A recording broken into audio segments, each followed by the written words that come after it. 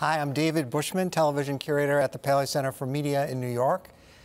We're talking today with Sam Sheridan, the creator, writer, and exec producer of the upcoming 6-episode limited series on TNT, I Am the Night, which premieres on January 28th, a Monday, 9 p.m. and 8 p.m. Central. Sam, thank you for joining us. Thanks for having me. It's great to be here.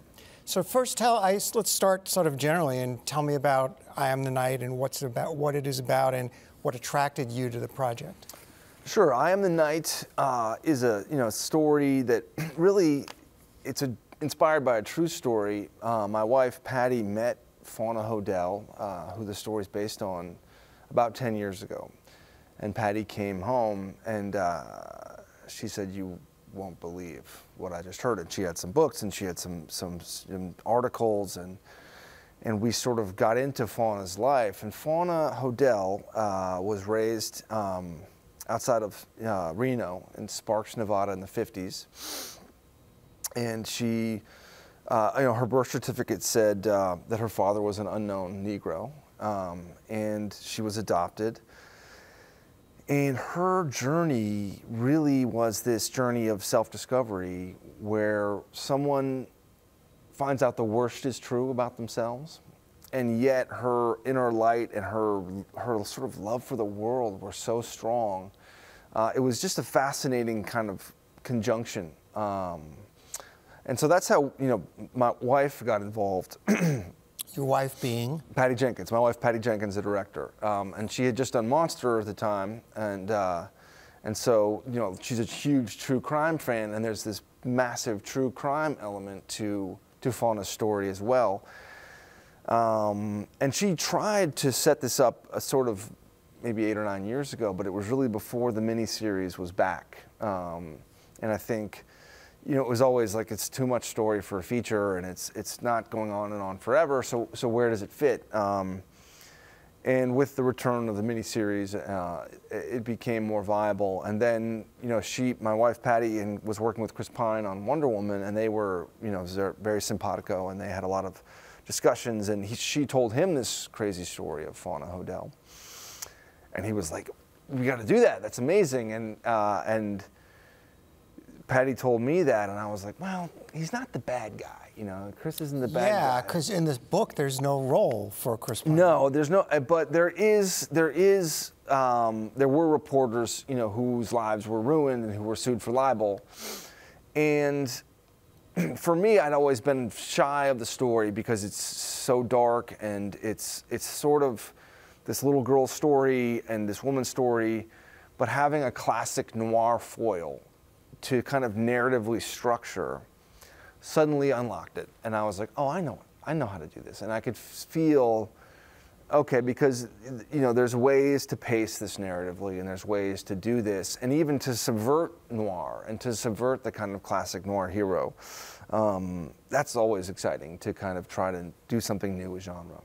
Well, I guess we should talk about it. The difficult thing in talking about this show is I don't know when we're going to reach the spoiler point, but right. We should definitely discuss the true crime, the massive true crime element that you talked about. Yes. So go ahead and tell us. Well, so yeah, there is this tie-in to the Black Dahlia murder, which was, of course everybody knows, but it was, I think it was 47, there was this famous crime, which haunted the world at the time. Let's say everybody doesn't know. Can you? Well, sure. So the Black Dahlia was, there was a body found in 47 in LA, in Hollywood, that was cut in half, incredibly gory, and was,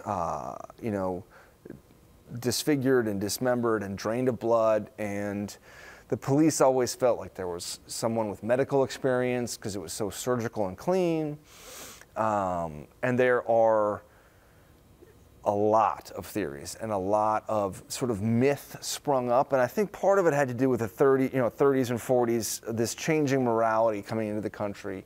And Elizabeth Short, who was the person who was murdered, the name Black Dahlia came up from this woman, this journalist Bevo Means, off of a recent movie called The Blue Dahlia, and this sort of romantic, doomed ingenue who was led astray by her own morals, and women living alone, and isn't it terrible, and it's so dangerous. And there was this lesbian angle at first, and the theories have been, you know, kind of keeping with contemporary. It's almost like a study in culture more than it is a true crime element. But this angle of George Hodel and Fauna had actually met. Fauna was working in an art gallery in the 80s, and she was talking to some older gentleman, and he said, "Oh, your name's Fauna Hodel. Any relation to George Hodel?" And she said, "Yeah, that's my grandfather." And he goes, "Oh yeah, I ran wiretaps on his house. He was our #1 suspect for the Black Dahlia." And Fauna actually told Steve Hodel, who's his own son who wrote the book, and who had already, I think, been doing research on his own, or at some point, I forget exactly how Steve's bit went down, but this very interesting idea unfolds, which is George Hodel was a genius and had an IQ of 180 and greater than Einstein's, and he was a child prodigy. Russian emigre parents. They built him his own house when he was 10 behind he lived in near LA, outside of LA, I think in Pasadena. And became a gynecologist and was friends with Man Ray and the Surrealists and John Huston.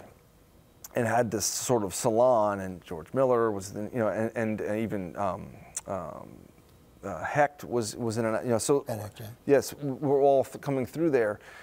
And George was kind of considered this great man, and the idea that a guy like that,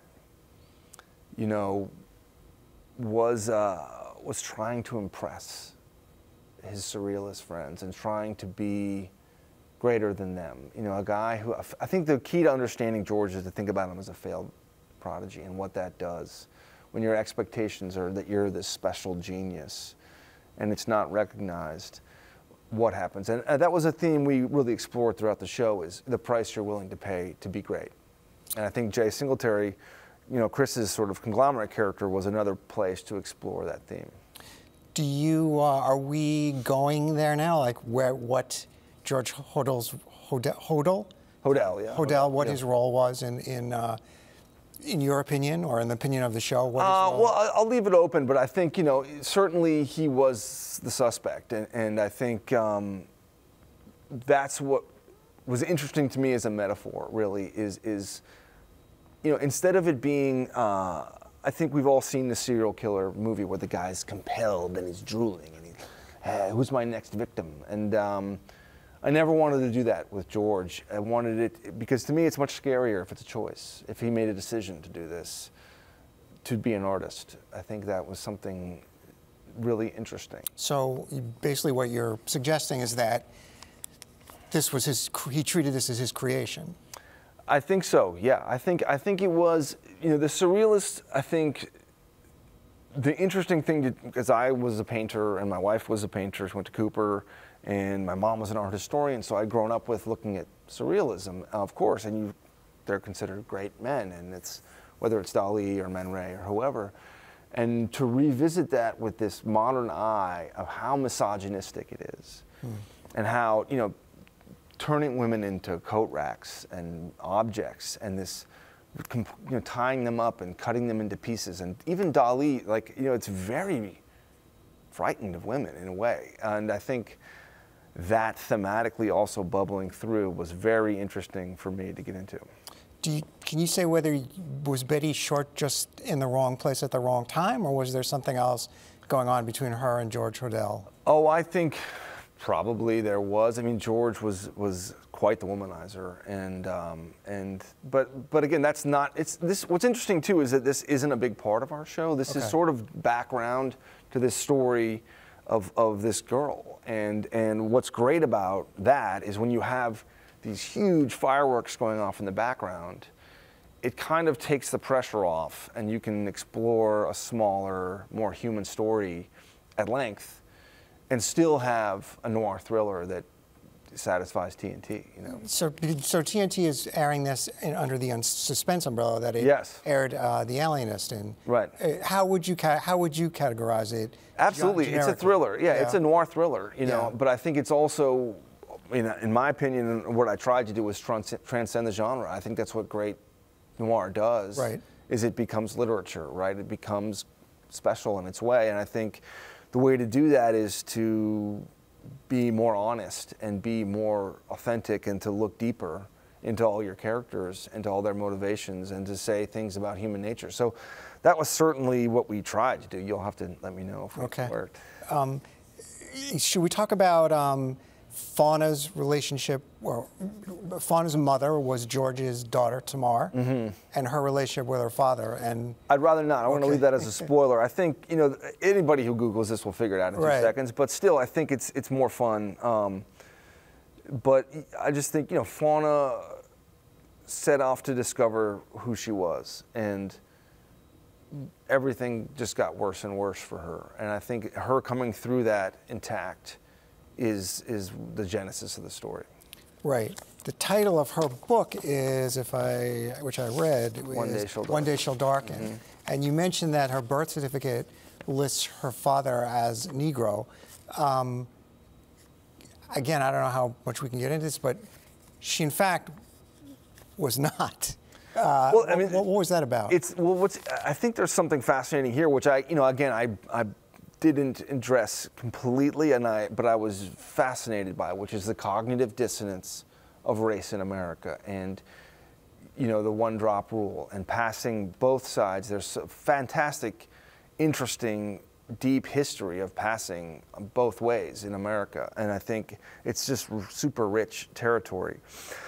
So Fauna, growing up, you know, was blonde hair and blue-eyed, and she was sure she was mulatto or half black or however, you know, biracial, and she would pull out her birth certificate at parties, but everybody accepted it, you know, basically, and there's a fascinating thing of like talking to people of color, and almost everybody has a relationship to that. Oh, my aunt, you can pass, or oh yeah, my brother married a girl. Like it's such a big part of the color experience and the world, and certainly American cognitive dissonance about race.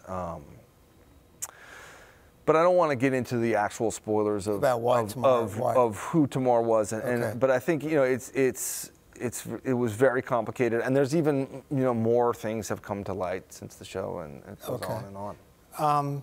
Tell us about the companion podcast that's going on. Yeah, so the TNT, you know, brought in a great, interesting documentary filmmaker, and they made a podcast, which I've not even heard, but I've been talking to the daughters because we've become very close. Fauna's daughters. Fauna's daughters. They're hosting it, right? Yeah, they're hosting it, and they were on set a lot, and we spoke a lot because, again, here's the tragic element of the story really was, you know, Fauna passed away about a month before we could shoot, and she'd been sort of trying to tell this story off and on her whole life.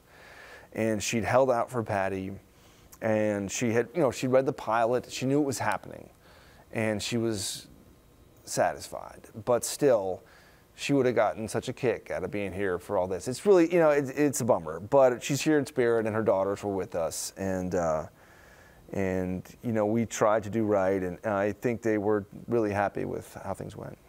You know, I know you don't want to talk about Tamar, but one of the things that kind of struck me about the book was, even in the background, there's all this incredible stuff going on. Like, I think there's a phone call where Tamar says to Fauna, why don't you look up my friends Michelle Phillip and Warren Beatty? Yeah. You know, it's like... No, Tamar, you know, if you read Michelle Phillips's autobiography, the first 30 pages are about Tamar. Yeah. And this woman, and of course, she was dating Michelle Phillips was dating Jack Nicholson, and I think the writer of Chinatown. So of course, Chinatown was inspired by this story, and we wanted to kind of. That's the thing we can't talk about. we wanted to pay homage to this. You know what I mean? We wanted to I think, you know, Chinatown is the classic LA noir in a lot of ways. And it has certain narrative similarities as well. Is that an established? John Huston. Yeah.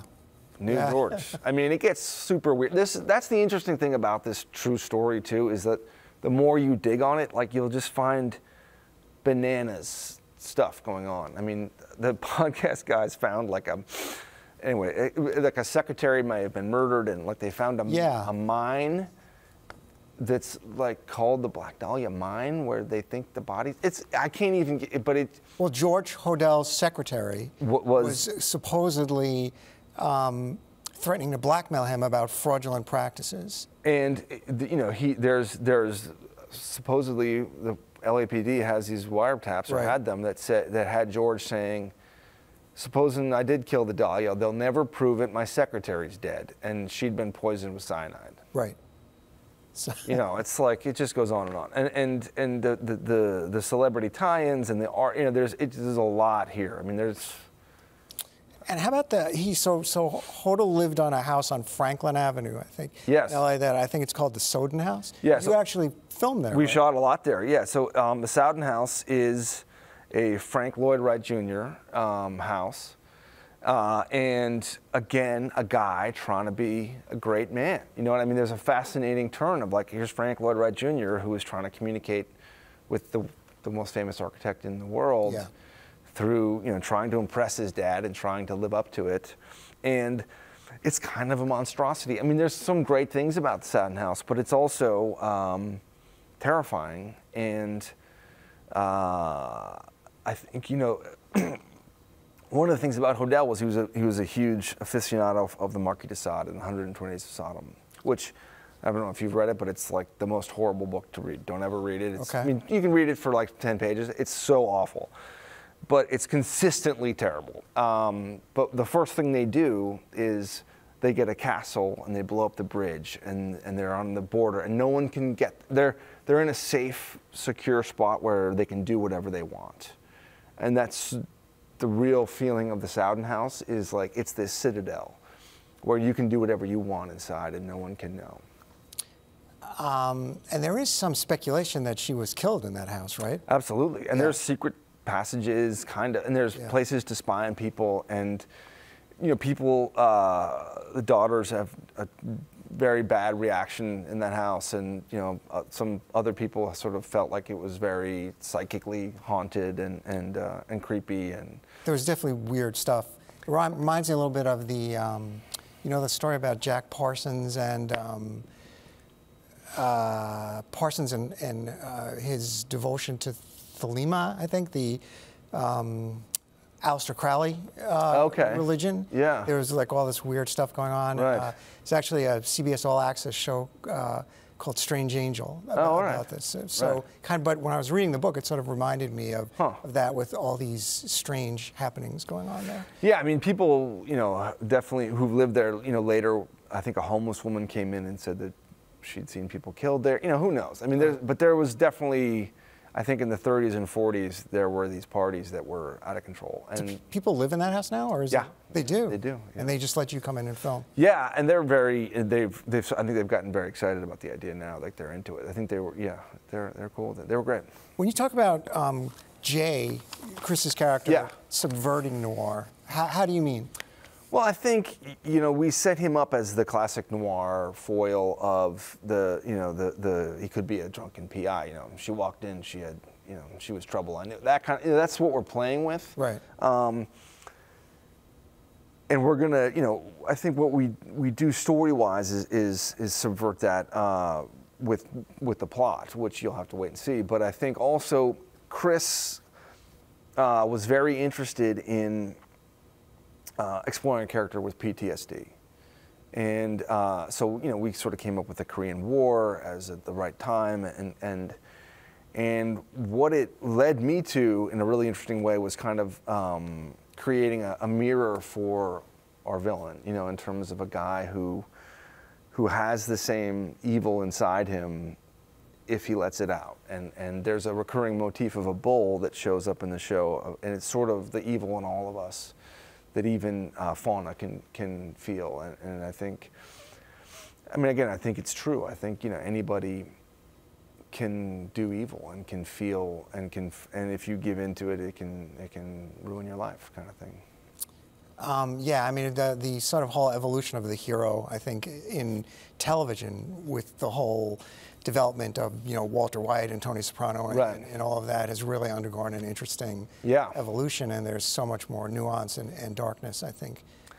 Yeah, and even I think, you know, there's still a lot to do with just the complexity of, you know, actually making our 16-year-old girl the noir hero and the true detective. And you know, you're still dealing with all this kind of cultural misogyny and cultural, you know, people be like, well, she couldn't know that. And he's like, you would never ask that about your plucky detective. Like, he wouldn't know where that address. You know, there was just a very interesting kind of, you know, sociological sexism we're all kind of dealing with. And that actress, we haven't talked about her. Her mother was Juliet. Sure. In the 60s version, yeah. Yeah, no, India was fantastic. Isley, right? India Isley. She's going to be a superstar. I mean, she's magnetic, and I think, you know, she really understood the gravity of the situation and the difficulties, and she's a pro. And I can't claim credit. I mean, Patty, I think one of Patty's special genius is to recognize talent and to find people, and she was sure it was India, and, you know, you sort of go along. Okay. I'm so glad we did, you know. So two final questions. One is, why, we touched on this a little bit, but why do you think of all the unsolved murders out there, what is so captivating about the Black Dahlia? Why are people still talking about this? What now, 70 years later? 70 years. Well, I think it's become a little bit of a self-fulfilling prophecy. I mean, I think the incandescence of it in the 40s and 50s, and the way it sort of stamped itself on the psyche, and I think that was a lot about morality and a lot about women living on their own, and you know, the change in culture that was coming. You know, these cataclysmic changes in the 60s that were all coming. You know, there was.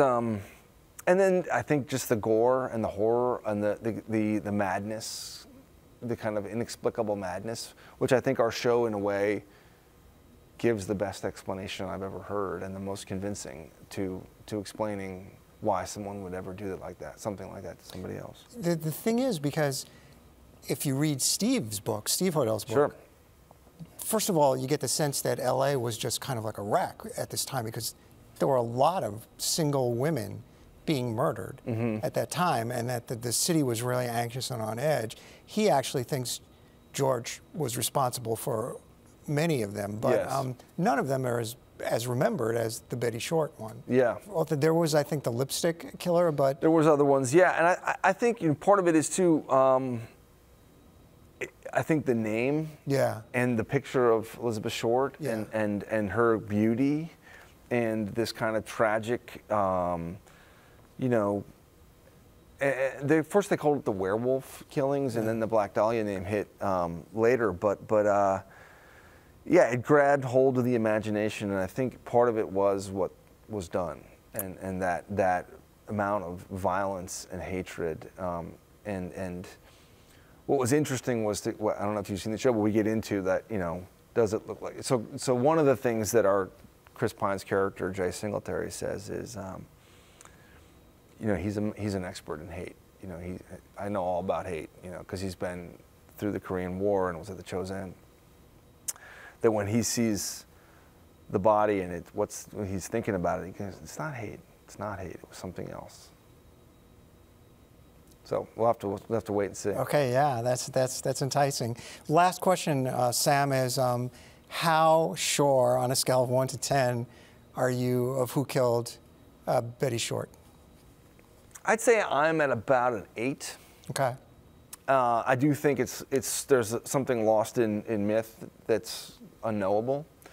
I know a lot of people who are at a 10, and certainly Tamara was at a 10. I mean, Tamara would tell her hairdresser that, you know, yeah, Steve, of course, but you know, I think the most interesting answer is the one we chose, and I think because of the richness of the metaphor and because of what it says about human nature, that's the best decision. Great. Okay, so it premieres Monday, January 28th at 9 p.m., 8 p.m. Central, and it sounds great, and I can't wait to watch it. Well, thanks so much. Thank you. Thanks a lot. I appreciate it. Yeah, thank you.